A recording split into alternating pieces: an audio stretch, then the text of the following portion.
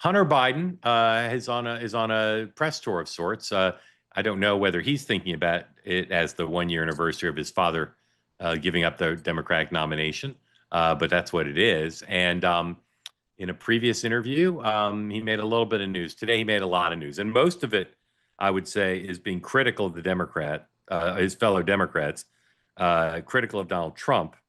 But here he is. This is probably maybe the biggest news, if true. Says that the reason his father's debate performance was so bad was because he had taken an Ambien. This is Hunter Biden, number one, please. Exactly what happened in that debate. He flew around the world, basically, the mileage that he could have flown around the world 3 times. Yeah. He's 81 years old. He's tired as shit. They give him Ambien to be able to sleep. He gets up on the stage, and he looks like he's a deer in the headlights.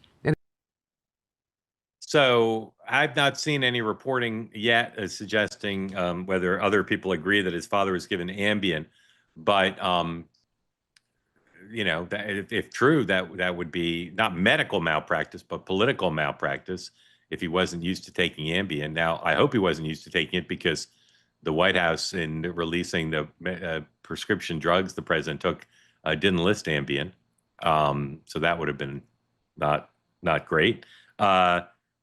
So we'll see what more we learn about that. I doubt that's the explanation, by the way, based on what I know, but we'll see.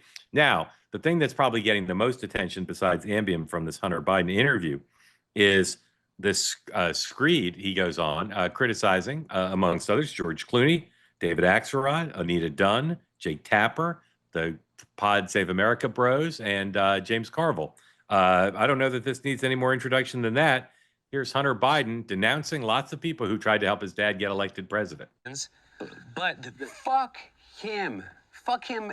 Fuck him and everybody around him. This is I have Clooney. to be fucking nice. Number one, I agree with Quentin Tarantino. Fucking George Clooney is not a fucking actor. He is a fucking I don't know what he is. He's a brand. And by the way, and God bless him. You know what? He supposedly treats his friends really well. You know what I mean? Buys them things. And he's got a really great place in Lake Como. And he's great friends with Barack Obama. Fuck you. What do you have to do with fucking anything? Why do I have to fucking listen to you? What right do you have to step on a man who's given 52 years of his fucking life to the service of this country and decide that you, George Clooney, are going to take out basically a full-page ad in the fucking New York Times to me and James Carville, who hasn't run a race in 40 fucking years, and David Axelrod, who had one success in his political life, and that was Barack Obama. And that was because of Barack Obama, not because of fucking David Axelrod. And David Plouffe, and all of these guys, and the Pod Save America guys, who were junior fucking speechwriters in, on Barack Obama's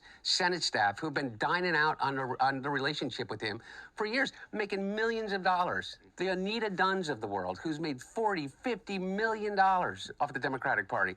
They're all going to insert their judgment over a man who has figured out, unlike anybody else, how to get elected to the United States Senate over 7 times, how to pass more legislation than any president in history, how to have a better midterm election than anybody in history, and how to garner more votes than any president that has ever run. And they're going to replace their judgment for his. Not to mention... Who's Jake Tapper's audience? Jake Tapper... My mom or something? I don't know. Well, I don't know. Yeah. For real, though. I don't even think it's your mom anymore. No. By the numbers, what influence does Jake Tapper have over anything? He has the smallest audience on cable news. And beyond that, I think that the book is right now on Amazon that he put out. I mean, his ratings just went to shit after he put the book out. You know, they did a 2-week infomercial for it. I mean, it was such a money grab, such a disservice to everybody that he serves with. All right, lots there. And, I never read the chat, but I do glance at it occasionally to address some of what I saw in the chat during that F-bomb laden extraordinary presentation. The name of the podcaster is Andrew Callahan. Maybe I should have heard of him, but I confess I haven't. Andrew Callahan.